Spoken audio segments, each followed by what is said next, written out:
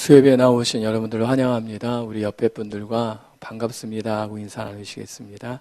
예, 반갑습니다. 예, 반갑습니다.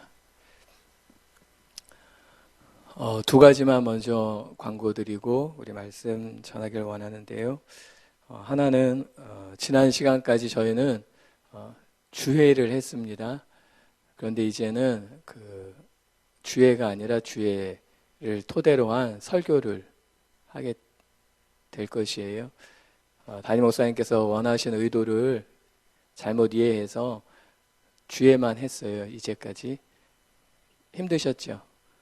예, 그래서 주회 과정을 거친 이제 설교를 하게 될 것입니다. 그래서 이 시간부터 그렇게 하게 되는데요. 그래서 혹시 주회를 들으시느라고 피곤하시고 지치고 그래서 수예배를 방학하신 분들은 다시 다 이렇게 널리 이 소식을 전하셔서 다 모시고 함께 나오실 수 있게 되길 바랍니다. 할렐루야. 예. 그리고 또 하나는요, 어제도 많은 분들이 기도회에 나오셨는데요. 오늘도 설교 뒤에 나라와 교회와 또 수험생을 위한 기도회가 있습니다. 그래서 설교 끝난 다음에 계속해서 기도하시다가 자연스럽게 서울에서 인도하시는 그 기도회에 함께 참석해서 기도하시고 돌아가시면 되겠습니다. 그런 시간에 우리 함께 기도하겠습니다. 하나님 감사합니다. 이곳에 주님께서 임재하셔서 주님의 말씀을 더 이해할 수 있는 은혜를 베풀어 주시옵소서. 또 내일 특별히 수능이 있습니다. 수능 보는 수험생들 지혜를 주시고 하나님이 그곳에 함께 하셔서 이제까지 공부한 것을 좋은 성적을 거둘 수 있도록 하나님 은혜 베풀어 주시옵소서. 예수님의 이름으로 기도드리옵나이다. 아멘. 그럼 우리 함께 고린도전서 3장을 우리 함께 읽겠습니다. 3장을 1절부터 마지막 절까지 우리 함께 읽겠습니다. 고린도전서 3장 1절에서 23절까지입니다. 우리 다 찾으셨으면 우리 1절부터 우리 함께 읽겠습니다. 시작. 형제들아, 내가 신령한 자들을 대함같이 너에게 말할 수 없어서 육신에 속한 자 곧 그리스도 안에서 어린아이들을 대함과 같이 하노라. 내가 너희를 젖으로 먹이고 밥으로 아니하였노니 이는 너희가 감당하지 못하였음이거니와 지금도 못하리라. 너희는 아직도 육신에 속한 자로다. 너희 가운데 시기와 분쟁이 있으니 어찌 육신에 속하여 사람을 따라 행함이 아니리요. 어떤 이는 말하되 나는 바울에게라 하고 다른 이는 나는 아볼로에게라 하니 너희가 육신의 사람이 아니리요. 그런즉 아볼로는 무엇이며 바울은 무엇이냐? 그들은 주께서 각각 주신 대로 너희로 하여금 믿게 한 사역자들이니라. 나는 심었고 아볼로는 물을 주었으되 오직 하나님께서 자라나게 하셨나니 그런즉 심는 이나 물 주는 이는 아무것도 아니로되 오직 자라게 하시는 이는 하나님뿐이니라. 심는 이와 물 주는 이는 한 가지이니 각각 자기가 일한 대로 자기의 상을 받으리라. 우리는 하나님의 동역자들이요 너희는 하나님의 밭이요 하나님의 집이니라. 내게 주신 하나님의 은혜를 따라 내가 지혜로운 건축자와 같이 터를 닦아두매 다른 이가 그 위에 세우나 그러나 각각 어떻게 그 위에 세울까를 조심할지니라. 이 닦아둔 것 외에 능히 다른 터를 닦아둘 자가 없으니 이 터는 곧 예수 그리스도라. 만일 누구든지 금이나 은이나 보석이나 나무나 풀이나 짚으로 이 터 위에 세우면 각 사람의 공적이 나타날 터인데 그날이 공적을 밝히리니 이는 불로 나타내고 그 불이 각 사람의 공적이 어떠한 것을 시험할 것임이라. 만일 누구든지 그 위에 세운 공적이 그대로 있으면 상을 받고 누구든지 그 공적이 불타면 해를 받으리니 그러나 자신은 구원을 받되 불 가운데서 받는 것 같으리라. 너희는 너희가 하나님의 성전인 것과 하나님의 성령이 너희 안에 계시는 것을 알지 못하느냐? 누구든지 하나님의 성전을 더럽히면 하나님이 그 사람을 멸하시리라. 하나님의 성전은 거룩하니 너희도 그러하니라. 아무도 자신을 속이지 말라. 너희 중에 누구든지 이 세상에서 지혜 있는 줄로 생각하거든 어리석은 자가 되라. 그리하여야 지혜로운 자가 되리라. 이 세상 지혜는 하나님께 어리석은 것이니 기록된 바 하나님은 지혜 있는 자들로 하여금 자기 꾀에 빠지게 하시느니라 하였고, 또 주께서 지혜 있는 자들의 생각을 헛것으로 하신다 하셨느니라. 그런즉 누구든지 사람을 자랑하지 말라. 만물이 다 너희 것임이라. 바울이나 아볼로나 게바나 세계나 생명이나 사망이나 지금의 것이나 장래 것이나 다 너희의 것이요 너희는 그리스도의 것이요 그리스도는 하나님의 것이니라. 아멘. 오늘 저는 본문을 가지고 교회 회복의 비결이라는 제목으로 하나님 말씀 전하겠습니다. 고린도전서는 첫 시간 서론에서 말씀을 드린 대로 고린도 교회의 문제점들을 교정하며 바른 가르침을 통하여 교회를 회복하는 내용의 말씀입니다. 우리는 이 사실을 통해서 이 땅에 문제 없는 교회는 없다는 사실을 깨닫게 됩니다. 완전한 교회는 존재하지 않습니다. 정도의 차이지만은 다 문제를 안고 있다는 것이에요. 그리고 하나님께서는 완벽하지 않은 그런 교회들을 사용하고 계십니다. 개인적인 신앙도 마찬가지지 않습니까? 우리는 부분적으로 다 부족함이 있습니다. 중요한 것은 부족함을 알고 가르침을 받아 바르게 변화되고자 하는 마음과 태도인 것이에요. 그러면은 충분한 것이에요. 하나님께서는 꼭 완벽해야 사용하시고 부족하면 사용할 수 없는 하나님이 아니시기 때문입니다. 다만 하나님께서 사용하실 수 없는 교회와 성도는 배우려고 하지 않는 교회와 성도입니다. 잘못인 줄 알면서도 가르침을 받아 변화되려고 하지 않는 교회와 성도들이에요. 우리에게 문제가 있다는 것은 부끄러운 것이 아닙니다. 어떻게 보면 당연한 것이에요. 변화되려고만 한다면은 그것은 아무 문제가 되지 않습니다. 다만 문제가 있다는 것을 알면서도 배우고 변화되려고 하지 않는 태도가 문제인 것이에요. 고린도 교회는 먼저 여러 문제가 있었습니다. 오늘 본문 4절에 보시면은 이런 말씀이 있어요. 어떤 이는 말하되 나는 바울에게라 하고 다른 이는 나는 아볼로에게라 하니 너희가 육의 사람이 아니리요. 이런 말씀이 있어요. 고린도 교회는 바울이 2차 선교여행 때 개척한 교회라고 첫 시간에 말씀드렸습니다. 다른 사람도 아닌 대사도인 바울이 세운 교회였어요. 그리고 나서 대략 4년과 5년이 채 지나기도 전에 고린도 교회에는 여러 가지 문제들이 생기기 시작했습니다. 고린도 교회 문제 중에 하나가 바로 이 파벌의식이었어요. 어떤 사람은 바울을 추종하고 어떤 사람은 아볼로를 추종했습니다. 앞에서 저희가 살펴본 대로 고린도전서 1장 11절과 12절에는 이런 말씀도 있었습니다.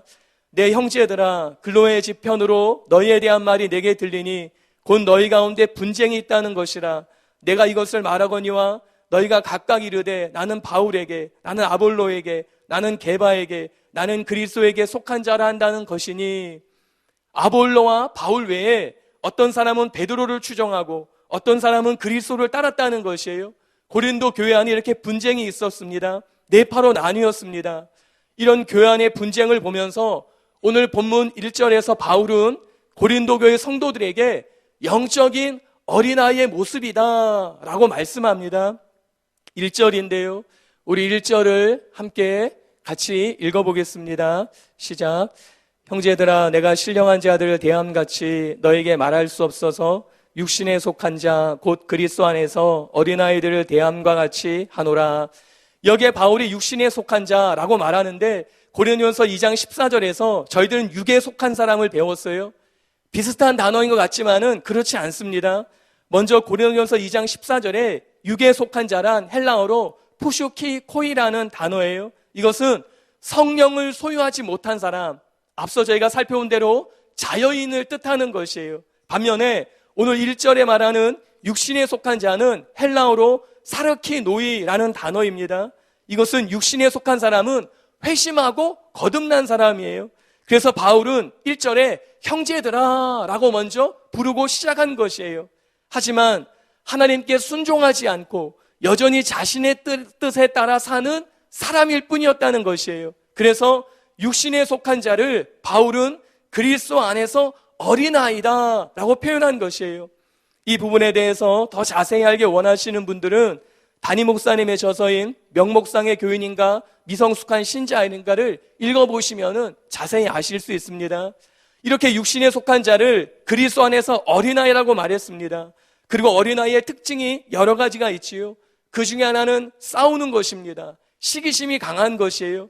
그런데 고린도 교회에 바로 이 어린아이와 같은 모습이 있었습니다. 3절의 말씀인데요. 우리 3절을 함께 읽어보겠습니다. 시작. 너희는 아직도 육신에 속한 자로다. 너희 가운데 시기와 분쟁이 있으니 어찌 육신에 속하여 사람을 따라 행함이 아니리요. 고린도 교회는 스스로 지혜 있다고 생각했어요. 그렇지만은 바울이 보기에는 실상은 어린아이처럼 미성숙한 사람들이었다는 것이에요. 그래서 시기가 있었고 분쟁이 있었고 파벌이 있었다는 것입니다. 이런 고린도 교회 문제를 알고 바울은 고린도 교회 문제를 해결하기 위해 계속해서 바른 가르침을 주고 있습니다. 고린도전서 3장은 내용상 분쟁하는 성도들을 향해 사역자들은 어떤 사람들인지, 또 사역자들은 어떻게 사역을 해야 되는지 이에 대해서 가르칩니다. 그리고 사역의 결과는 무엇을 남겨야 하는지를 말씀하고 있어요. 이 모든 가르침은 사역자들 향한 말씀이지만은 넓게 보면은 또한 교회란 무엇인지에 대한 말씀이기도 합니다. 그리고 사역이란 무엇인지에 대한 말씀이기도 해요. 또한 이것은 우리 개인의 신앙이 어떠해야 하는지에 대한 말씀이라고도 볼 수 있습니다. 왜냐하면은 교회는 단순히 건물이 아니라 사람들이기 때문이에요. 우리는 본문을 통해 교회의 회복을 위해 우리 신앙의 삶이 어떠해야 하는지를 함께 생각해 볼 수 있습니다. 첫 번째로 모든 성도들은 자신의 정체성을 알아야 된다는 것이에요. 그것이 5절의 말씀인데요. 5절을 우리 함께 읽어보겠습니다. 시작. 그런즉 아볼로는 무엇이며 바울은 무엇이냐? 그들은 주께서 각각 주신 대로 너희로 하여금 믿게 한 사역자들이니라. 바울은 교회 지도자들을 서로 높이며 파벌을 만들고 있는 현재 고린도 교회 성도들에게 교회 지도자들에 대한 잘못된 생각을 교정해 주기를 원했습니다. 그것은 성도들이 추종하며 따르는 교회 지도자들은 사역자들일 뿐이다 라는 것이었어요. 바울은 아볼로는 누구냐 이렇게 말하지 않았어요. 인칭대명사를 쓴 것이 아니라 아볼로와 바울은 무엇이냐 중성명사를 쓰고 있어요. 고린도 교회 성도들이 지도자를 높이며 파벌로 치닫는 과열현상에 마치 정신이 번쩍 나도록 찬물을 확 끼얹는 그런 말씀이었어요. 여기서 중요한 것은 사역자라는 단어입니다. 우리 개역개정 성경은 사역자로 번역되어서 대단한 신분처럼 느껴져요. 그러나 원어는 디아코노스라는 헬라어 단어인데 그 뜻은 고용인, 하인 이런 의미가 있어요. 사역자라고 해서 대단한 사람이 아니라 식사 때에 시중 두는 사람, 식사 때에 시중 두는 종이라는 것이에요. 당시에 관직을 의미하는 예를 들어서 아르콘이라는 집정관이라는 단어들이 있었습니다. 로마나 유대 관리인들은 이 단어를 사용했어요. 그러나 놀랍게도 이런 관직을 나타내는 단어를 교회 안에서는 일체 사용하지 않았다는 것이에요. 다만 교회의 다양한 직분자들을 디아코노스, 식사 때 시중 두는 종, 사람이라고 표현한 것이에요. 그런데 당시 이렇게 식탁에서 시중 두는 이런 섬기는 일들은 고대 사회에서 천한 일로 간주되었습니다. 그리고 헬라인들은 다른 사람을 섬기는 것을 품위 있는 일로 생각하지 않았어요. 헬라 철학자들은 이렇게 말했어요. 남을 섬기고야 어떻게 행복해질 수 있겠는가? 이렇게 할 정도로 남을 섬기는 것, 이것은 너무나 하찮게 여긴 것이에요. 그런데 이렇게 고대 사회에서 종들이나 여인들이 하는 천한 일에나 사용되던 이 단어를 초대교회가 교회 내에서 행하는 모든 사역을 표현할 때 사용했다는 것은 놀라운 일인 것이에요. 이것은 무엇을 의미하는 것입니까? 사역자란 철저히 섬기는 사람이다 라는 것이에요. 사역자란 군림하고 지시하고 지배하는 사람이 아닙니다. 사역자란 식탁에서 시중 두는 종과 같은 사람이라는 것이에요. 사역자란 주인이 아니라 종과 하인인 것이에요. 여러분 한번 생각해 보세요. 종업원과 웨이터가 손님에게 군림하는 것 보셨습니까?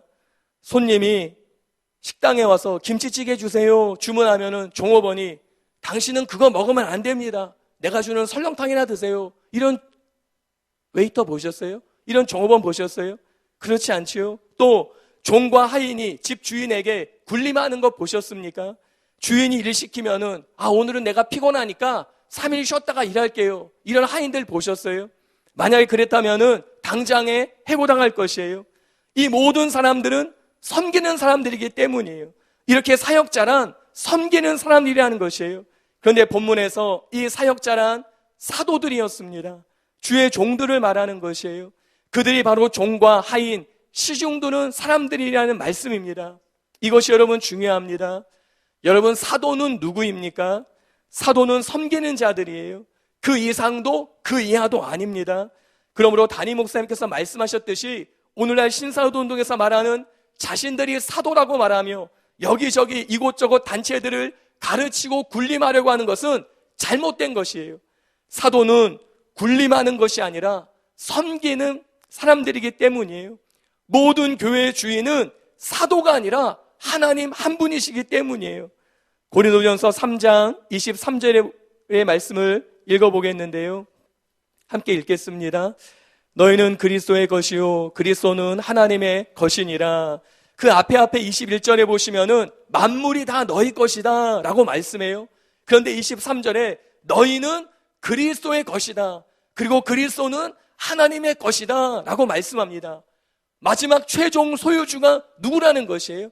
하나님이라는 것이에요. 너에게 다 있지만은 사도도 있고 복음전도 있고 다 있지만은 그러나 너희는 그리스도고 그리스도는 하나님의 것이다. 하나님께서 최종 주인이시다 라는 것이에요.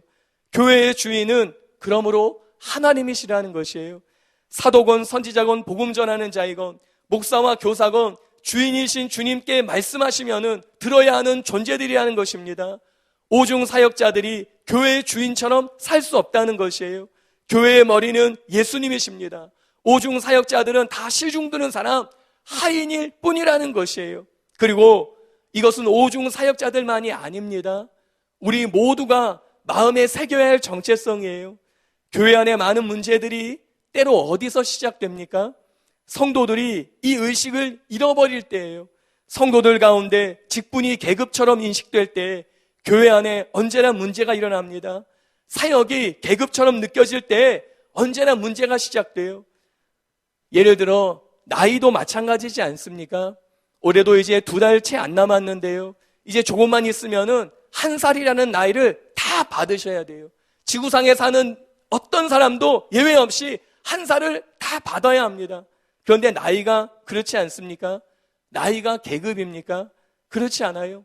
물론 나이 드신 어르신들을 존경하고 사랑하고 배려하고 보호해드려야 합니다. 그러나 나이가 계급은 아닌 것이에요. 사실 저는 개인적으로 나이답게 살지 못하는 것 같아서 나이를 먹는 것이 부끄러울 때가 있습니다. 나이답게 살아야 하는데 그렇지 않아서 부끄러운 것이에요. 여러분, 직분도 마찬가지라는 것이에요. 교회의 직분이 뭐가 중요합니까? 그냥 호칭만 달라졌을 뿐이에요. 그런데 우리 큰믿음교회는 그런 분들이 거의 안 계시지만은 대부분의 교회가 집사, 권사, 장로 그렇게 되면은 또 사역자나 팀장이나 셀장이 되면은 교회 안에서 계급이 높아진 걸로 아는 것이에요. 지위가 상승한 걸로 아는 것이에요. 그래서 문제를 일으키고 다닙니다. 그래서 직분이 부끄러운 이름이 되고 마는 것이에요. 그러나 사역자라는 직분은 잘 섬겼기에 주어지는 것이고 또한 그렇게 더 잘 섬길 것을 믿고 주어지는 것일 뿐이라는 것이에요. 오늘날 교회들이 직분을 계급처럼 인식하여서 문제가 일어나지 않습니까? 그래서 교회를 중직자들이, 교회를 목사들이 완전히 좌우지하면서 폭군처럼 행사하는 것이에요. 그래서 교회 안에 문제가 끊이지 않는 것입니다. 제가 과거에 있었던 어떤 교회에서는요, 장로석이 따로 있었어요. 교회 안에 장로석이 왜 필요하지요? 그냥 앉으면 되는데 장로석을 따로 만들었어요. 왜냐하면은 직분을 계급으로 여기는 인식에서 나온 것이에요. 우리 교회도 집회 때는 지정석이 따로 있어요. 그렇지만은 이 지정석은 교회나 외부에서 오시는 분들 또 교육자들을 위해서 있는 자리입니다. 그런데 이것은 권위주의를 나타내기 위한 자리가 아니에요. 집회를 집회답게 하기 위해서 있는 자리입니다. 때로 혼탁한 사람들이 앞자리에 앉아서 집회를 어지럽게 하는 것을 미연에 방지할 수 있는 그런 기회도 되기 때문이에요. 지정석 좋은 자리 아닙니다. 목도 이렇게 돌릴 수가 없어요. 위아래도 볼 수 없어요. 얼마나 힘들고 어려운 자리인지 모릅니다. 그런데 어쨌든 제가 있었던 그 교회는 지정석이 있었어요. 그런데 어느 날 사단이 일어나고 말았어요. 주일날 교회를 전도를 받아서 한 남자분이 왔습니다. 근데 남자분은 새신자니까 모르는 거예요. 지정석인지 아닌지. 그냥 앉았어요. 앞자리에 앉았습니다. 그런데 여러분, 한 사람이 전도받아서 교회에 온다는 것이 쉬운 일입니까? 어려운 일이에요. 우리 성도들이 룸사롱에 가는 것이 쉬운 일이 아니듯이 불신자가 교회에 오는 것은 쉬운 일이 아니에요. 그런데 그렇게 힘들어온 새가족에게 장로님이 와서 여기 장로석이니까 다른 데로 자리 이동하라고 그렇게 말하는 것이에요. 그래서 새가족이 와갖고 너무 부끄럽고 창피해갖고 남자분이 벌떡 일어나서 도망치듯이 나간 것이에요. 제가 도망치 나가는 그 새신자를 가서 붙들었어요. 쫓아가고 붙들었어요. 붙든 다음에 사정을 들어봤어요. 그랬더니 그랬다는 거예요. 그래서 제가 사정을 잘 설명해 주었습니다. 그리고 교회를 주님의 은혜로 등록하게 되었어요. 교회의 직분을 섬김이 아니라 계급으로 알면은 이런 웃지 못할 일이 교회 안에서 일어난다는 것이에요. 여러분, 세상도 모든 분야의 전문가를 찾습니다. 그 분야의 전문가가 되길 원합니다. 우리 성도들은 어떻게 돼야 할까요? 우리는 시간이 갈수록 섬기는 데 있어서 전문가가 되어야 된다는 것이에요. 평신될 때보다 집사, 권사가, 장로가 되면은 더 섬기는데 전문가가 되어야 합니다. 사역자나 셀장과 팀장이 되면은 더 섬기는데 전문가가 되어야 되는 것이에요. 사역자로 시간이 가면 갈수록 앞에 나서고 설치고 문제를 일으키는 데 앞장선다면은 이미 탈선한 것이에요. 우리는 다른 무엇보다 섬기는 데 능숙한 사람들이 되어야 합니다. 본문에 바울이 말하는 것은 오중 사역자들은 성도들의 하인들이라는 것이에요. 성도들을 섬기라고 고용된 하나님의 종들이라는 것이에요. 오중 사역자들은 하나님께서 부르신 성도들의 하인들이라는 것입니다. 이것을 잊지 말아야 합니다. 여러분, 사도 중에 사도가 누구입니까? 베드로가 아니에요. 바울도 아닙니다. 바로 예수 그리스도이십니다. 그런데 예수님께서도 이 땅에 종으로 오셨습니다. 최고의 사도이시지만은 섬기러 오셨습니다. 마가복음 10장 45절에 인자가 온 것은 섬김을 받으려 함이 아니라 도리어 섬기려 하고 자기 목숨을 많은 사람의 대속물로 주려 함이니라. 빌립보서 2장 7절에도 오히려 자기를 비워 종의 형체를 가지사 사람들과 같이 되셨고 라고 말씀해요. 그러므로 우리는 이것을 잊지 말아야 합니다. 마찬가지로 하나님께서는 모든 오중사역자들을 섬기라고 보내신 것이에요. 뿐만 아니라 모든 성도들은 섬기기 위해서 있습니다. 모든 성도들의 정체성도 섬기는 자라는 것이에요. 우리는 주님의 몸인 교회에서 서로를 섬기는 지체들로 존재하기 때문입니다. 여러분, 우리의 몸을 보세요. 각 지체들은 서로 섬기는 유기적인 관계입니다. 팔이 다리에게 군림할까요? 입이 귀에게 군림합니까? 그렇지 않아요. 모든 기관들, 모든 지체는 몸을 위해서 서로 섬기도록 작용하게 되어 있습니다. 바로 이것이 교회의 성도들의 모습이라는 것이에요. 여러분, 우리는 이 의식을 마음에 깊이 새겨야 합니다. 나는 섬기는 자로 존재한다 라는 이 의식을 마음에 새겨야 되는 것이에요. 우리 옆에 분들을 보시면서 이렇게 인사 한번 하실까요? 제가 성도님을 섬겨드리겠습니다 하고 인사 나누시겠습니다.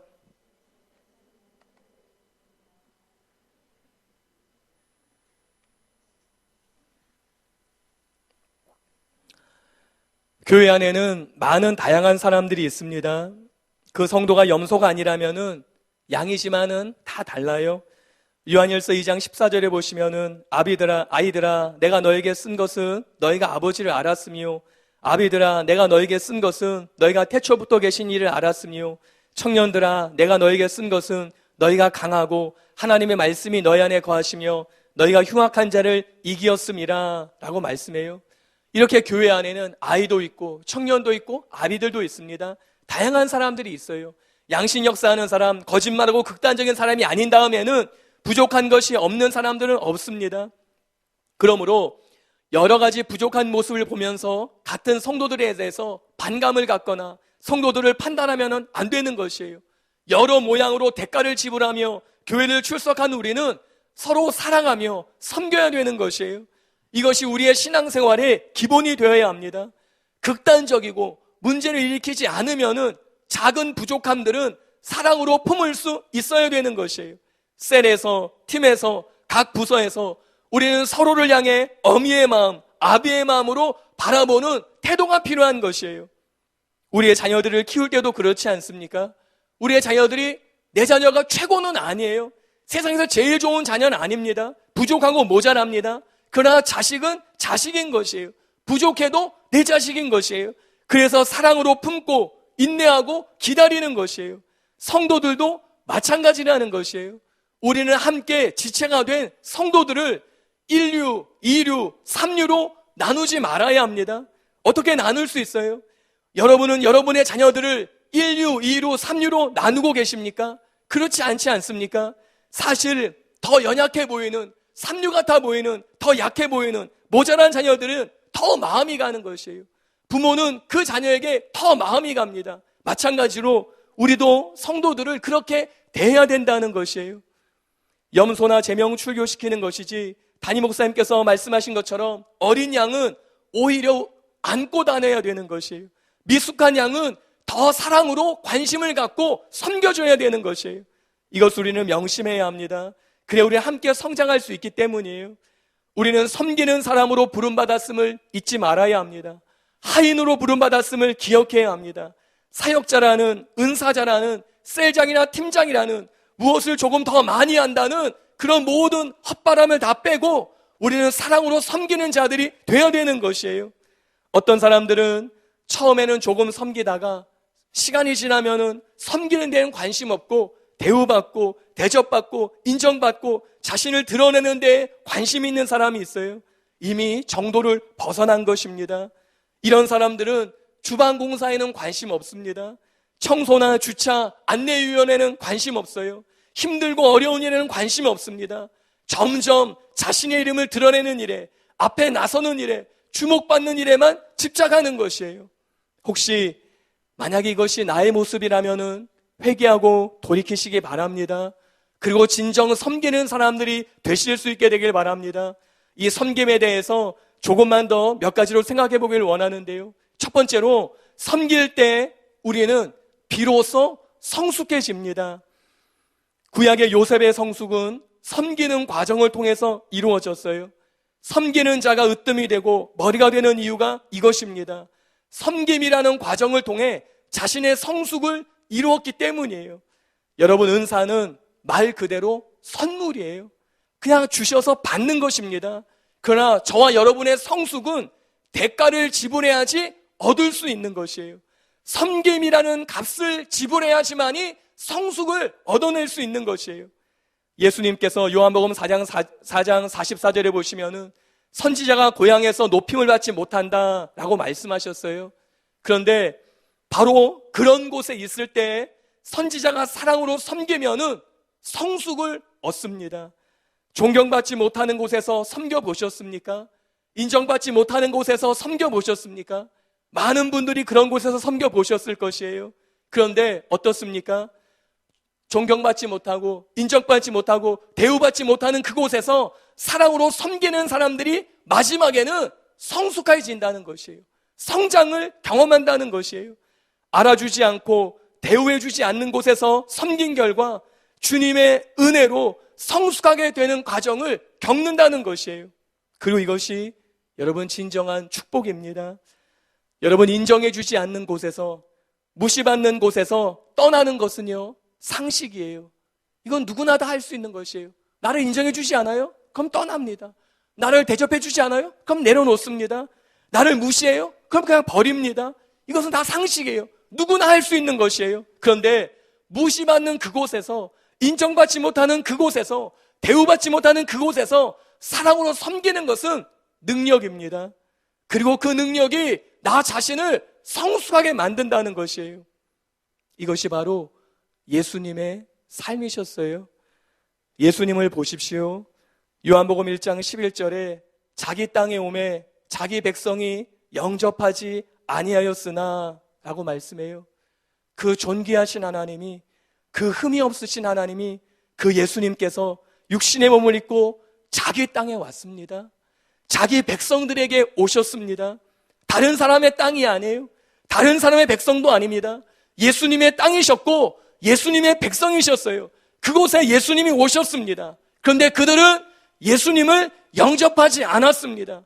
예수님께서는 자기 백성이 영접하지 않는 곳에서 평생을 사셨어요. 더군다나 예수님께서는 예수님을 무시하고 홀대하고 대접해 주지 않는 그들을 벌 주시지 않았습니다. 채찍으로 때리지 않으셨습니다. 그렇게 사지 않으셨어요. 사랑으로 섬기고 사셨다는 것이에요. 그리고 마지막에는 섬기다가 마지막에 예수님께서는 십자가 위에서 물과 피를 다 쏟으시며 자신의 생명을 아낌없이 내어주셨다는 것이에요. 예수님을 무시하는 그 백성에게, 예수님을 인정해 주지 않는 그 백성에게, 예수님을 대접해 주지 않는 그 백성에게 자신의 모든 것을 다 쏟아부으시면서 섬겨주셨어요. 그런데 어떻습니까? 그렇게 섬기심으로 예수님의 인생이 끝나셨습니까? 그렇지 않지요. 부활하심으로 예수님은 주와 임금이 되셨습니다. 바로 이것이 저와 여러분의 삶이어야 된다는 것이에요. 우리가 교회 부서에서, 팀에서, 셀에서, 사회학교에서 섬길 때 때로는 무시받을 때도 있어요. 인정 못 받을 때도 있습니다. 대접 못 받을 때도 있습니다. 그러나 우리는 주님의 마음을 품고 계속 사랑으로 섬기는 것이에요. 그러면은 나에게 성숙이라는 놀라운 보화가 임하게 된다는 것이에요. 서울로 이전하신 이서영 전사님께서 언젠가 설교하실 때 그런 예화를 간증을 이야기하시더라고요. 주일학교에서 어느 한 선생님이 계셨대요. 근데 주일학교에서 아이들을 가르치는데 말썽 피우는 아이가 있는 거예요. 너무 힘든 거예요. 너무 괴로운 거예요. 그래서 이제 내려놓을까?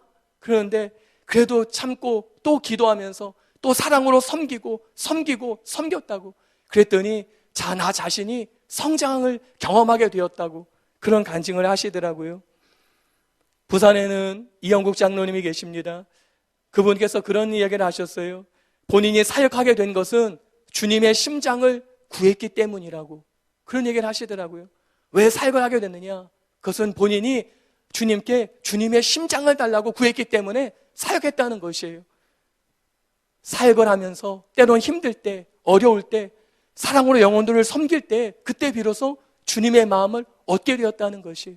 그러면서 본인이 성장하게 된 것이에요. 성숙하게 된 것이에요. 이와 같이 섬김이란 무엇입니까?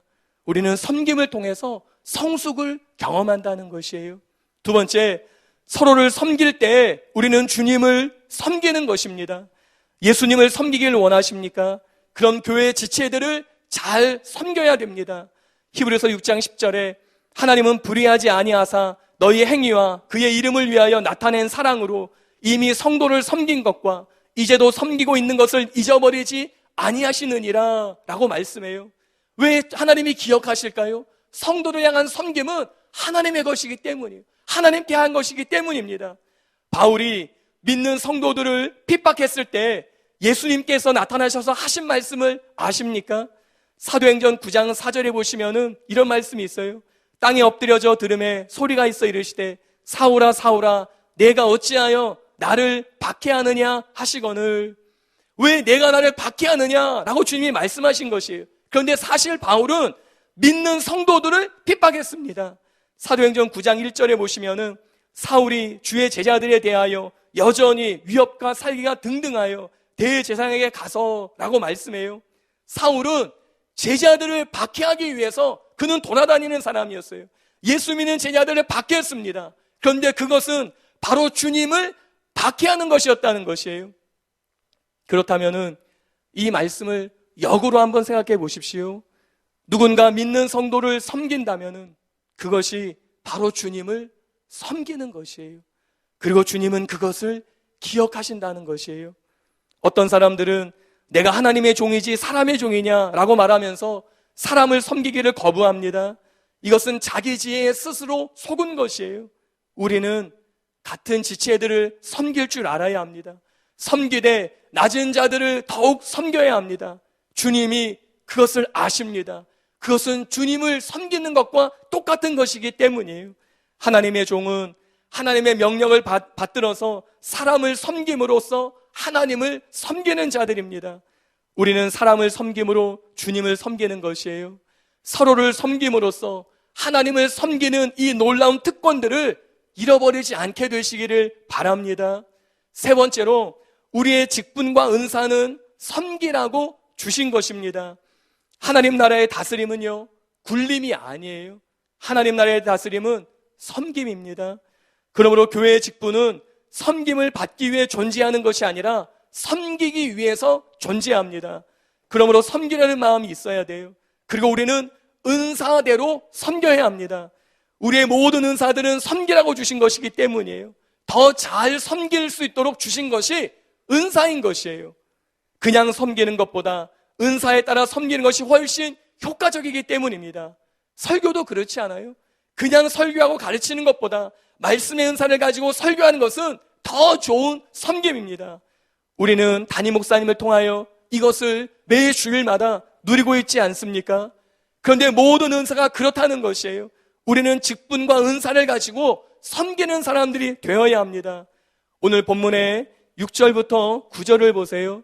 우리 6절부터 9절을 함께 읽어보겠습니다. 시작. 나는 심었고 아볼로는 물을 주었으되 오직 하나님께서 자라나게 하셨나니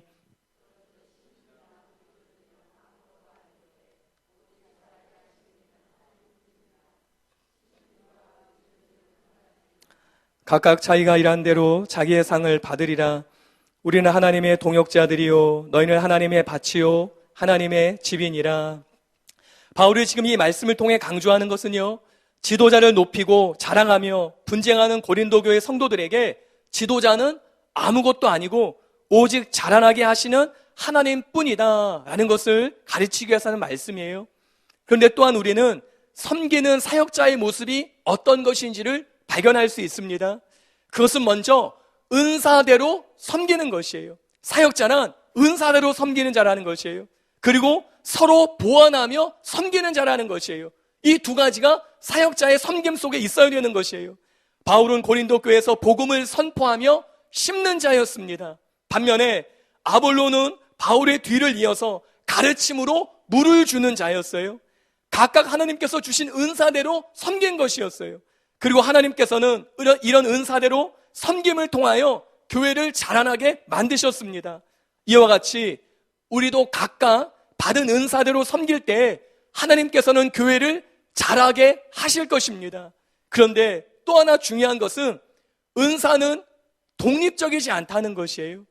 때로 사람들은 자신의 은사만을 강조하면서 독립적이 되려고 합니다. 그래서 교회에 문제가 일어나는 것이에요. 그러나 은사는 독립적이지 않고 상호 보완적입니다. 8절에 보시면은요, 심는 이와 물 준 이는 한 가지다 라고 말씀해요. 이것은 바울과 아볼로가 동일 인물이다, 그 뜻이 아니에요. 이것은 좋은 열매를 수확하려는 한 가지 목표를 위해서 서로 협력하고 있다, 그 뜻이에요. 심지 않으면은 물을 줄 필요가 없습니다. 또 물을 주지 않으면은 심은 것이 말라 죽게 돼요. 이렇게 심는 이와 물 주는 이는 결코 경쟁의 관계가 아니라 상호 보완적인 관계라는 것이에요. 그러므로 한 사람을 높이고 다른 사람을 낮추듯이 교회 지도자들을 경쟁시키려는 고린도 교회 성도들의 태도는 바울이 볼 때 어리석고 바보짓과 같은 그런 일들이었다는 것이에요. 오직 심는 이와 물 주는 이는 풍성한 수확이라는 공동 목표를 향해서 협력하는 관계였기 때문입니다. 또한 9절에도 보시면은 하나님의 동역자들이요 라고 말씀해요. 여기에는 두 가지 해석이 있습니다. 하나는 하나님과 함께 일하는 특권을 지닌 사람이다 라는 의미가 있어요. 또 다른 하나는 하나님을 함께 섬기는 동역자의 의미가 있어요. 존 스토트는 두 번째 해석이 자연스럽다 그렇게 말했습니다. 왜냐하면은 지금 바울이 지도자를 높이고 교회 높이는 고린도 교회 지도자는 그렇게 높일 만한 추앙받을 만한 그런 사람이 아니고 아무것도 아니고 하나님만이 중요하다는 것을 말하고 있기 때문에 하나님을 섬기는 바울과 아볼로가 서로 함께하는 동역자일 뿐이라 그것이 문맥에 맞다는 것이에요. 이렇게 우리는 섬기는 자로서 서로를 경쟁 상대가 아니라 동역자로 여겨야 된다는 것이에요. 나에게 없는 것이 다른 사람에게 있습니다. 다른 사람에게 없는 것이 나에게 있습니다. 그래서 다른 사람에게 부족한 것을 내가 보충해 줄 수 있고, 나에게 부족한 것을 다른 사람을 통해서 얼마든지 보충을 받을 수 있는 것이에요. 이렇게 우리는 상호 보완이 필요한 것입니다. 서로 협력이 필요한 것이에요. 나는 바울만 좋아, 나는 아볼로만 좋아, 나는 베드로만 좋아, 이러면은 하나님이 주시고자 하는 그 풍성함을 고린도 교회가 놓치고 만다는 것이에요. 오늘날도 마찬가지입니다. 나는 어떤 것만 좋아, 나는 누구만 좋아, 이러면 하나님이 전부를 주고 싶은데 그 부분의 일부만을 교회가 받을 수밖에 없다는 것이에요. 교회가 그렇지 않습니까? 교회는 주차 안내만 있으면 돼. 만약에 그래 보세요. 그러면 우리는 영상은 누가 틀어요? 찬양은 누가 해요? 또 우리는 주방 봉사만 있으면 돼. 그럼 우리는 주일날마다 밥만 먹고 돌아갈 것이에요. 담임 목사님 영상도 못 보고 다 밥만 먹고 그냥 돌아가는 거예요. 다 필요한 것이에요. 영상도 필요하고 주차 안내도 필요하고 주방 봉사도 필요하고 다 필요한 것이. 은사도 마찬가지지 않아요? 우리는 치유만 있으면 돼. 아닌 것이. 우리는 예언만 하면 돼. 아닌 것이. 우리는 축사만 하고 우리는 통변만 있으면 돼. 아니라는 것이에요. 모든 은사는 상호 보완적이에요. 그리고 함께 협력할 때 하나님은 그 모든 걸 통해서 교회를 자라게 하신다는 것이에요. 각각 은사대로 봉사하고 또한 풍성한 수확을 위해 우리는 서로 좋은 동역자들이 되어야 된다는 것이에요. 이것이 사역자, 하나님을 섬기는 사람들의 모습인 것입니다. 여러분, 사랑으로 섬기는 2015년의 남은 한 해가 되시길 바랍니다. 그리고 평생의 삶이 되시길 바랍니다. 바울은 단순히 잘 가르친 사람이 아니에요. 바울은 단순히 능력을 나타낸 사람이 아니에요. 바울은 단순히 교회를 세운 사람이 아닙니다. 바울은 예수님과 사람들을 사랑하는 사람이었고 함께 동역할 줄 아는 사람이었던 것이에요. 사랑으로 섬길 때 우리는 영혼들을 주님께로 이끌 수 있습니다. 부흥을 위해 우리의 최고의 준비는 주님을 뜨겁게 사랑하고 영혼들을 사랑하는 마음에서 나오는 그 섬김입니다. 섬길 마음은 없이 다 대접만 받고 대우받고 섬김만 받으려고 한다면 부흥은 꿈도 꿀 수 없는 것이에요. 예수님처럼 섬기고 대속물로 주기까지 섬기라는 그 결단이 필요한 것이에요. 아무도 알아주지 않는 그곳에서, 아무도 인정해주지 않는 그곳에서, 아무도 나를 대우해주지 않는 그곳에서 내가 사랑으로 섬기겠다라는 그 결단이 있을 때 하나님은 하나님의 놀라운 영혼들을 구원시키는 그런 부르심을 이룰 수 있다는 것이에요. 다가오는 2010년 무엇을 결단하고 계십니까? 무엇을 새롭게 각오하고 계십니까? 무엇을 계획하고 계십니까? 세월은 가고 인생은 한 번뿐이에요. 다 지나갑니다. 주님을 사랑하고 영혼을 사랑하여 섬긴 것만이 남습니다. 함께 동역하며 섬기는 사람들이 되시기를 바랍니다. 두 번째로, 모든 성도들은 자신의 신앙을 올바른 터 위에 바르게 세워야 합니다. 10절의 말씀을 함께 읽어보겠는데요. 우리 10절 함께 읽겠습니다. 시작. 내게 주신 하나님의 은혜를 따라 내가 지혜로운 건축자와 같이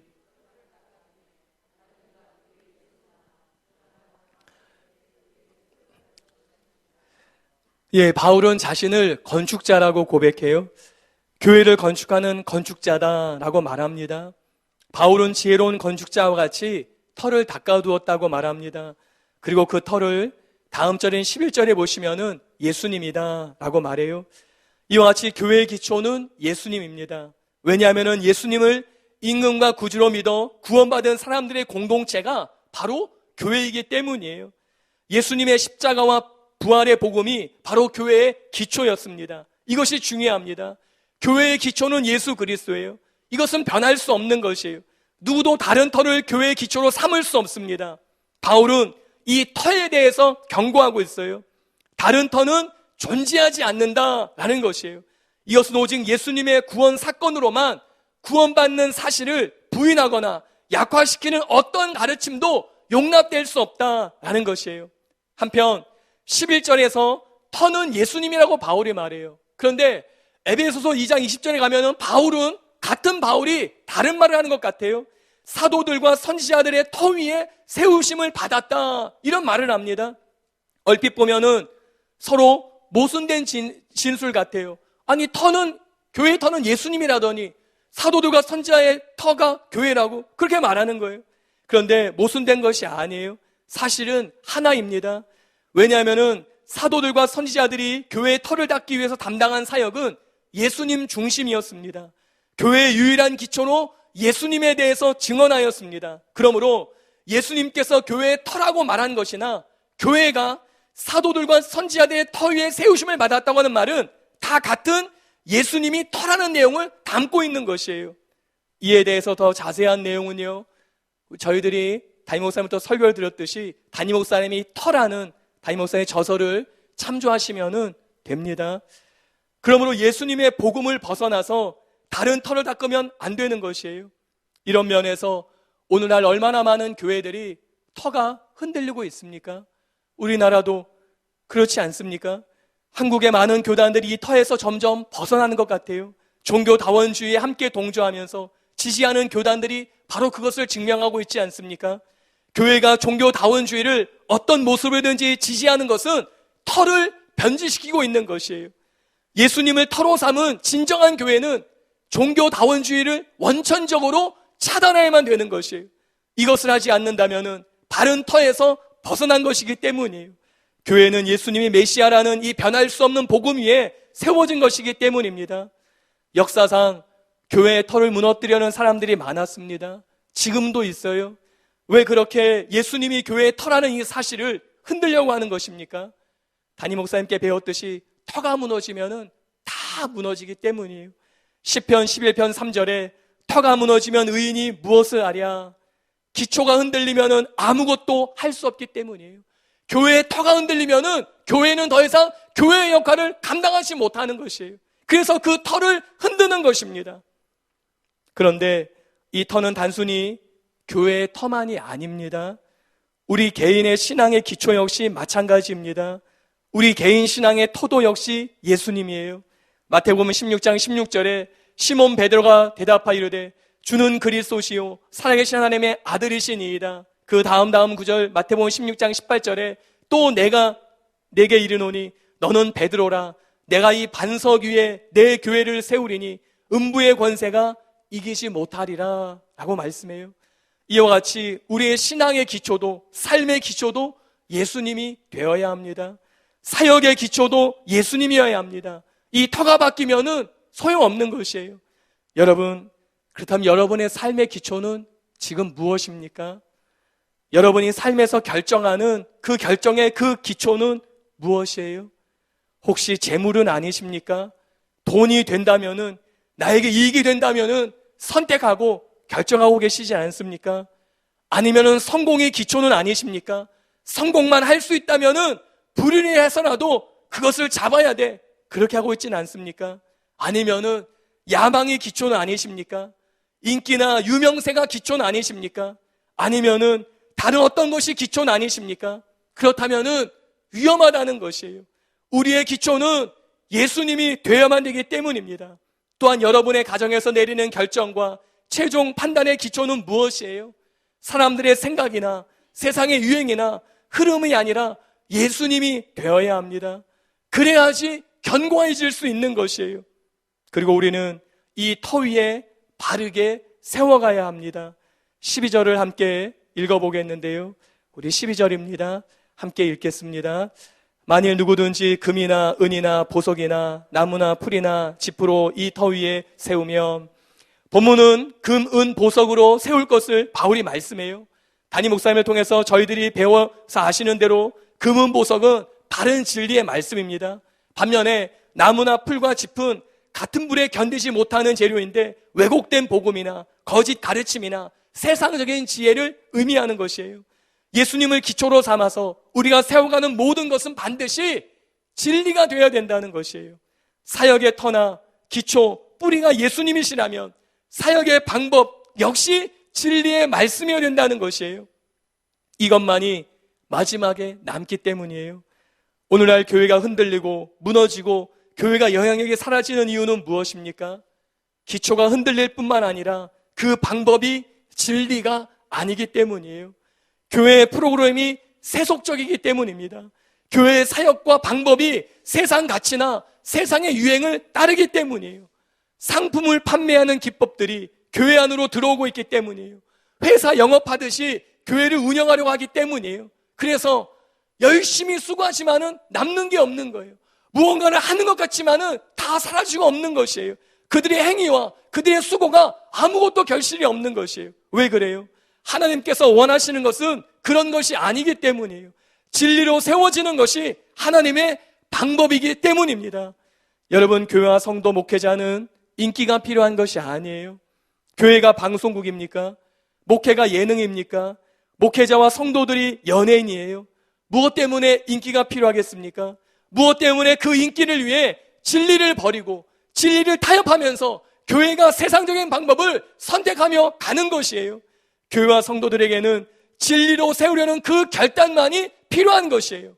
왜냐하면 하나님의 마지막 심판이 있기 때문입니다. 13절을 함께 읽어보시겠는데요. 우리 13절 함께 읽겠습니다. 시작.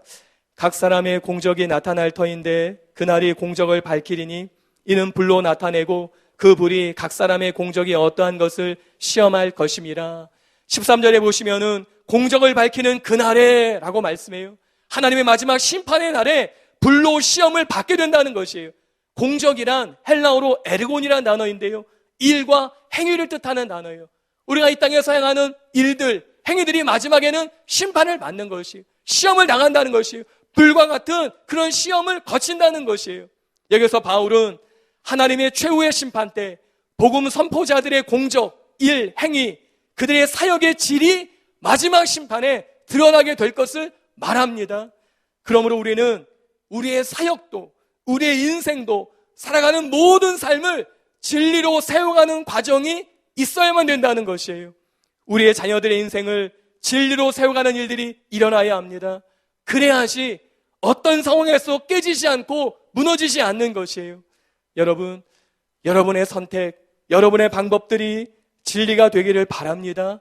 손해가 되더라도, 희생이 있더라도 진리를 고수할 수 있게 되시기를 바랍니다. 진리로 가정을 세우실 수 있게 되길 바랍니다. 이것이 우리의 모든 수고를, 모든 일과 모든 행위들을 견고하게 마지막에 만들 수 있는 길이기 때문이에요. 마지막 세 번째로, 모든 성도들은 거룩함을 잃지 말아야 합니다. 16절과 17절인데요. 우리 16절과 17절 함께 읽겠습니다. 시작. 너희는 너희가 하나님의 성전인 것과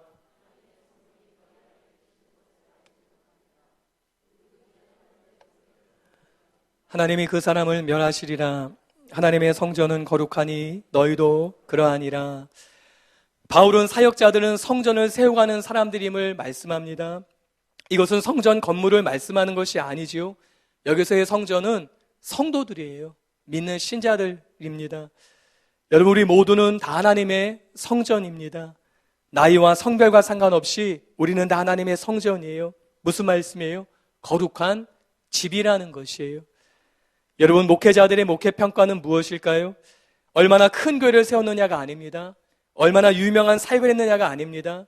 목회를 통해, 사역을 통해 얼마나 거룩한 집들, 성전들을 세웠느냐라는 것이에요. 얼마나 거룩한 성도들을 세웠느냐라는 것이에요. 교인 수도 중요하지 않습니다. 교회의 사이즈도 중요하지 않아요. 예수님께서는 예수님의 공생의 기간에 얼마나 많은 사람들이 모였느냐 관심이 하나도 없었습니다. 예수님께서는 무리들이 몰려와도 별 반응이 없으셨어요. 오히려 진리를 이해하지 못하고 떠나는 사람들을 붙들기 위해 진리를 타협하지 않으셨습니다. 왜 그래요? 예수님의 관심은 얼마나 진리로 거룩해진 사람들이 될 것인지에 관심이 있었지, 진리를 타협하면서 얼마나 많은 사람들이 모이느냐에 관심이 없었기 때문이에요. 진리로 기뻐하는 사람들, 진리를 깨달은 사람들, 그래서 그 진리로 거룩해진 구별된 사람들에게 관심이 있었기 때문이에요. 왜 그렇습니까? 이것이 우리 모두의 평가의 요소이기 때문이에요. 여러분, 천국은 진리로 거룩해진 사람들, 진리의 말씀으로 세상과 구별된 사람들이 들어가는 곳이에요. 그러므로 사역과 목회를 통해 남겨야 되는 것은 거룩한 교회입니다. 거룩한 성도들이에요. 이것이 없이는 대형교회, 세계적인 사역은 의미가 없는 것이에요. 우리 자신도 그렇지 않습니까? 우리가 어떻게 남겨질 수 있습니까? 우리가 어떻게 천국에서 주님을 볼 수 있습니까? 내가 거룩한 사람으로 변화되어야 되는 것이에요. 다 거룩한 사람이 되어야 되는 것이에요. 거룩한 성도, 거룩한 목회자, 거룩한 사역자들이 될 때 우리는 주님을 볼 수 있는 것이에요. 이것이 저와 여러분의 목표가 되어야 된다는 것이에요. 17절에 보시면은 하나님께서는 이 거룩한 집, 성전을 더럽히면은 하나님께서 그 사람을 멸하실 것이다 라고 말씀해요. 17절의 헬라어의 표현은 대칭 구조를 활용한 인상적인 언어 유희를 보여줍니다. 여기서 더럽히다 라는 이것은요, 원어적인 뜻은 부수다, 파괴하다, 더럽히다, 멸하다 라는 헬라어 프데이레이라는 단어예요. 원문에서는 이 단어가 한 절을 끝나는 동시에 연이어 또 다음 절에 시작됩니다. 이 원문을 순서대로 번역하면은 이렇습니다. 만일 누군가가 하나님의 성전을 부순다면 부수실 것입니다. 그 사람을 하나님이. 원어는 이런 것이에요. 바울은 이러한 언어 구조를 사용함을 통해서 하나님의 심판이라는 중대한 행위를 표현하고 있습니다. 성전을 멸하면은 하나님은 그 사람을 멸하신다는 것을 강조하고 있는 것이에요. 아주 충격적인 말씀을 바울이 여기서 하고 있는 것이에요. 오늘날 성전을 멸하는 일들이 있습니다. 교회를 허무는 자들이 있습니다. 대표적으로 신천지 같은 자들이에요. 거짓말을 지혜라고 가르치면서 거짓말하는 것을 당당하게 여기는 그들을 하나님께서는 멸하실 것이에요. 그런데 이런 신천지 같은 이단들만이 아닙니다. 중상모략하며 부흥하는 다른 교회를 흔드는 이단 사냥꾼 같은 자들을 하나님께서는 멸하실 것입니다. 이런 자들이 시대마다 있었어요. 또 교회 안에서 사탄의 하수인을 역할을 하면서 염소가 되어서 분쟁하며 교회를 깨뜨리려는 모든 사람들을 하나님은 멸하실 것이에요. 뿐만 아니라 잘못된 비성경적인 가르침으로 통해서 교회를 흔드는 세속적인 신학자들, 설교자들 하나님은 멸하실 것이에요. 왜냐하면은 하나님께서는 거룩한 성전을 귀하게 여기시기 때문이에요. 그리고 이와 같이 우리 자신이 우리 자신을 더럽히면은 하나님께서는 동일하게 우리 자신을 멸하실 것이에요. 우리는 다 교회를 세우는 목회자는 아닙니다. 우리는 다 설교하는 설교자는 아니에요. 그러나 우리는 내가 성전인 것을 기억하셔야 돼요. 그리고 우리는 나를 어찌하든지 거룩하게 만들어야 되는 것입니다. 우리는 사역자가 목표가 아닙니다. 우리는 셀장이 목표가 아닙니다. 우리는 나 자신을 거룩하게 하는 것을 목표로 세워야 되는 것이에요. 얼마나 예언 사역을 잘하느냐, 얼마나 치유 사역을 잘하느냐, 얼마나 설교를 잘하느냐, 그것은 다 지나가는 것이에요. 남는 것, 면해지지 않고 남는 것은 거룩입니다. 그래서 우리는 거룩한 사람이 돼야 돼요. 내가 얼마나 거룩해졌느냐, 그것이 중요한 것이에요. 성령님이 거하시는 거룩한 하나님의 집들이 되시기를 바랍니다. 2015년도 다 지나가고 있어요. 여러분 얼마나 거룩해지고 계십니까? 2015년 1월 달보다 2015년 11월 달 오늘 얼마나 거룩한 사람들로 변해가고 있습니까? 나 자신을 내가 거룩하게 하지 않으면은 하나님은 나를 멸하십니다. 그럼 우리는 반드시 어찌하든지 거룩한 사람들로 변화되어야 되는 것이에요. 어제까지 실수하셨습니까? 어제까지 실패하셨습니까? 오늘 거룩한 자가 되기를 구하십시오. 그 성령님을 의지하십시오. 하나님께서 우리를 그렇게 변화시킬 것입니다. 결론을 말씀드리겠습니다. 대사도인 바울이 세웠던 고린도 교회도 시간이 지나면서 문제가 생겼습니다. 사람들은 다 이렇습니다. 처음은 바른 게 가는 것 같고 그렇게 가는 것 같다가도 순간 잘못 생각하고 잘못 판단하면 정로에서 나도 모르게 벗어나고 멀어지기 쉬운 것이에요. 그것이 사람이에요. 그래서 우리는 때로 멈추어서 스스로를 점검하는 삶을 살아야만 되는 것이에요. 내가 잘 나가고 있는지, 내가 바르게 하고 있는지 스스로 멈추고 자신을 돌아봐야 돼요. 2015년도 2달이 채 안 남았습니다. 2015년에 우리의 삶을 돌아보십시오. 혹시 내가 시작은 안 그랬는데 나도 모르게 정로에서 벗어난 부분은 없는지 확인해 보셔야 된다는 것이에요. 나는 시간이 갈수록 섬기는 일에 자라가고 있습니까? 아니면은 대접받는 일에 관심을 갖고 나를 인정해주지 않으면은 상처를 받고 계십니까? 또 나는 시간이 갈수록 예수님을 그렇게 기초로 해서 진리에 관심을 갖고 진리에 따라서 살아가고 계십니까? 아니면은 세상의 지혜나 방법이나 처세와 유행에 따라서 적당히 살아가고 계십니까? 또 나는 시간이 갈수록 점점 더 거룩해져 가고 계십니까? 아니면은 세상과 구별됨이 사라지고 있진 않습니까? 혹시 나도 모르게 정로에서 멀어져 갔다면은 궤도를 수정하시기 바랍니다. 어디에서 잘못되었는지 살피시고 돌이키시기 바랍니다. 그 비결은요, 어제 기도회 때 김옥경 목사님께서 말씀하신 것처럼 우리의 시선을 다시 주님께 고정하는 것이에요. 예수님께, 하나님께, 성령님께 고정하는 것이에요. 오늘 고린도전서 3장에서 바울이 서로 지도자를 높이며 분쟁하는 고린도 교회 성도들에게 교회란 무엇이고 교회의 지도자는 누구인지를 말했습니다. 또 교회에서의 지도자의 역할은 무엇인지 말했어요. 그러면서 바울이 그 마음 깊은 곳에서 정말 하고 싶은 것은 무엇이었어요? 교회가 아니에요. 성도가 아닙니다. 지도자가 아니에요. 사람이 아니에요. 바울이 진짜 고린도 교회 성도들에게 해주고 싶었던 그 마음에 품었던 것은 오직 하나님인 것이었어요. 저희들이 함께 살펴본 1절부터 17절에 보시면 바울은 교회 지도자와 교회와의 관계에서 성부, 성자, 성령, 삼위일체 하나님을 강조하고 있음을 우리는 볼 수 있습니다. 사역자가 섬기지만 가장 중요한 것은 사역자들의 섬김을 통해 자라나게 하시는 하나님뿐이다. 그것을 7절에 말하고 있어요.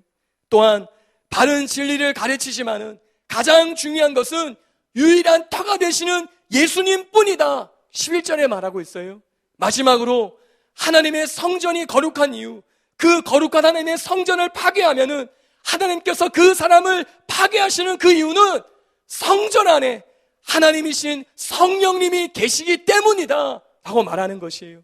이처럼 바울은 분열하고 파벌지는 고린도 교회에 지도자를 말하고 싶었던 것이 아니에요. 물론 지도자를 말하고 있습니다. 교회를 말하고 있어요. 그러나 진짜 고린도 교회가 깨어나길 원하는 것은 하나님을 다시 바라보라 라는 것이었어요. 교회에서 가장 중요한 것은 어떤 사람도 아니고 어떤 사역도 아니고 어떤 지도자도 아니라 바로 하나님이다 라는 것이에요. 교회를 자라나게 하는 분은 하나님 아버지라는 것이에요. 교회의 터가 되는 분은 성자 예수님이라는 것이에요. 거룩하게 하는 분은 보혜사 성령님 그분이다 라는 것이에요. 그러므로 교회의 하나됨은 바로 이 하나님을 가장 중요하게 여길 때 일어날 수 있다는 것이에요. 교회의 회복이 어디에서 옵니까? 오직 하나님께만 시선을 고정할 때입니다. 모든 성도들이 오직 하나님만을 바라볼 때 교회의 모든 문제들은 해결되는 것이에요. 뿐만 아니에요. 교회에만 분열이 있습니까? 교회에만 파벌이 있습니까? 가정에도 분열이 있을 수 있어요. 가정에도 그런 문제들이 있을 수 있습니다. 가정만 있겠습니까? 나 자신 안에도 있다는 것이에요. 내 안에도 갈등이 있어요. 내 안에도 분열이 있습니다. 내 안에도 이것을 할까 저것을 할까 그런 많은 분열과 생각들이 있다는 것이에요.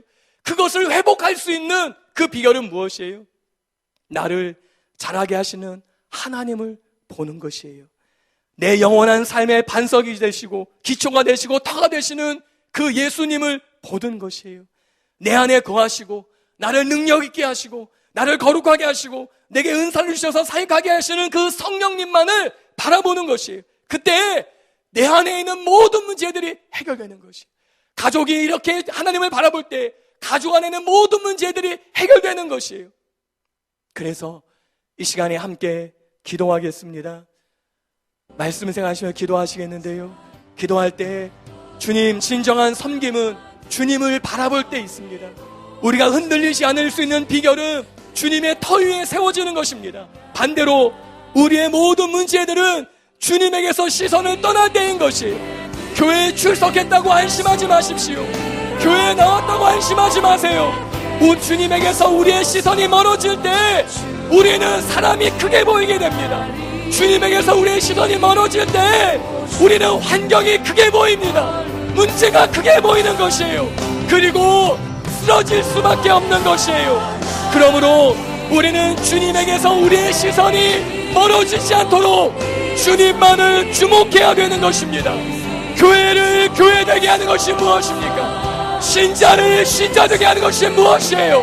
목회자를 목회자되게 하는 것이 무엇입니까? 사역자를 사역자답게 만드는 것은 무엇입니까? 은사를 바라보는 것이 아닙니다. 다른 어떤 것을 바라보는 것이 아니에요. 우리의 주님을 바라보는 것이에요. 하나님만을 주목하는 것이에요. 그때 교회가 교회되게 될 것입니다. 그때 성도들이 성도들이 되게 될 것입니다. 그때 목회자가 될 것입니다. 주님은 우리에게 그것을 원하시는 것이, 주님, 우리의 눈이, 우리의 시선이 오직 주님께만 고정되게 하여 주시옵소서. 교회 안에 다른 어떤 것을 바라보지 않습니다. 오직 우리 모두가 한결같이 주님께만 우리의 눈을 고정하겠습니다. 자라게 하시는 아버지 하나님, 우리의 유일한 반석이신 예수 그리스도, 우리를 거룩하게 하시며 우리를 능력 있게 하시며 우리 안에 임재하시는 그 보혜사 성령님을 바라보겠습니다. 은혜를 베풀어 주시옵소서. 모든 문제를 회복시켜 주시옵소서. 내 안에 있는 문제, 우리 가정에 있는 문제, 모든 문제들이 회복되게 주시옵소서. 그런 회복이 임하게 될 것입니다.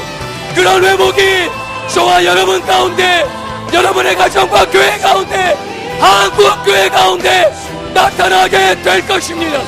주님, 우리의 눈이 주님께 고정되게 하소서. 우리의 시선이 주님에게서 멀어지지 않게 하소서.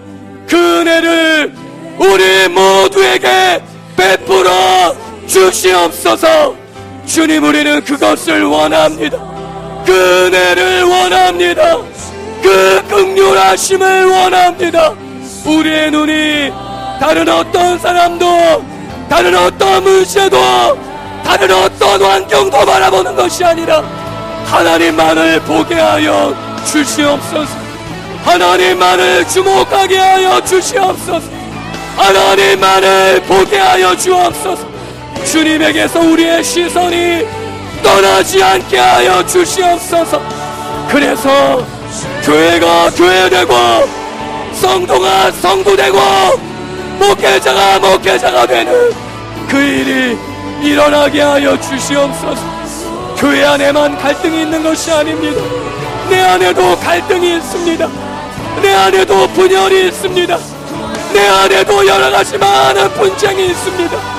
주님, 나를 하나 되게 하는 것은 주님을 주목할 때인 것을 잊지 않게 하소서. 주님만을 바라보는 우리 모두가 되게 은혜 베풀어 주시옵소서. 그 은혜를 우리 모두에게 부어 주시옵소서.